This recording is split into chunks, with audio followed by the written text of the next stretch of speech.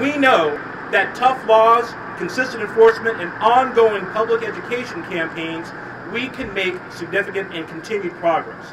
We are fortunate to have strong partners joining us in our Drive Sober or Get Pulled Over campaign for 2012. As part of the overall program to address drunk driving, the National Highway Traffic Safety Administration has also worked with the National Center for DWI Courts to help develop new ignition interlock guidelines which were released in July of 2012.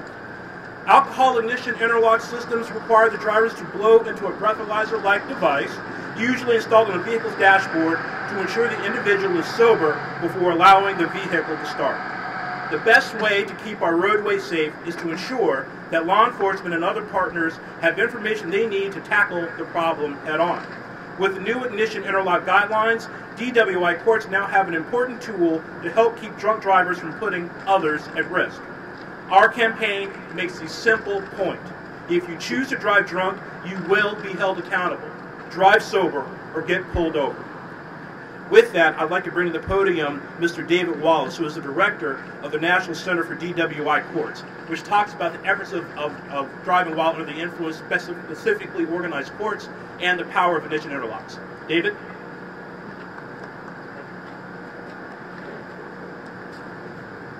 Good morning. Drive sober or get pulled over. I know I'm not alone in saying how pleased I am that this message will receive increased awareness in the coming weeks. We absolutely need to get these potential killers off the roads. But what do we do with the impaired driver once law enforcement has done their job in making the arrest? While most DWI offenders will never commit this crime again, a dangerously large percentage will reoffend, continuing to put the public at risk and aggravating law enforcement resources. Repeat DWI and high BAC offenders don't change their behavior easily. That's why we need a specialized court program and a response for these individuals. And there is no program more successful in changing behavior of the high-risk DWI offenders than DWI Court. DWI Court is an accountability court holding the repeat and high BAC impaired drivers accountable for their actions. They are held responsible for their decisions made before the arrest to drink and drive, and they receive frequent drug and alcohol testing, intensive supervision, and attend long-term treatment after the conviction. But DWI courts, first and foremost, are about public safety. And combining DWI courts with ignition interlocks melds together two proven solutions. While the DWI court team changes the behavior of the person that's in the court system, the interlock ensures that the car will not start and keeps the public safer. That's why the National Center for DWI Courts developed the ignition interlock guidelines that we use now and have set out to all the DWI courts in the country. This is to assist the DWI courts out there in the implementation and use of the ignition interlock with the repeat and high BAC offenders.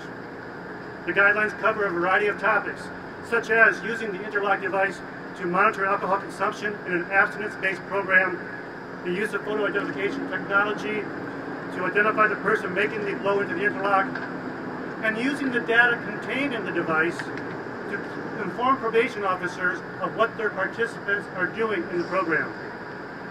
The first year of a 3-year study in Michigan, looking at 4 DWI courts there, found 100% compliance of all offenders that had to order the device or had the device ordered on them, installed in their car, and not one arrest for impaired driving.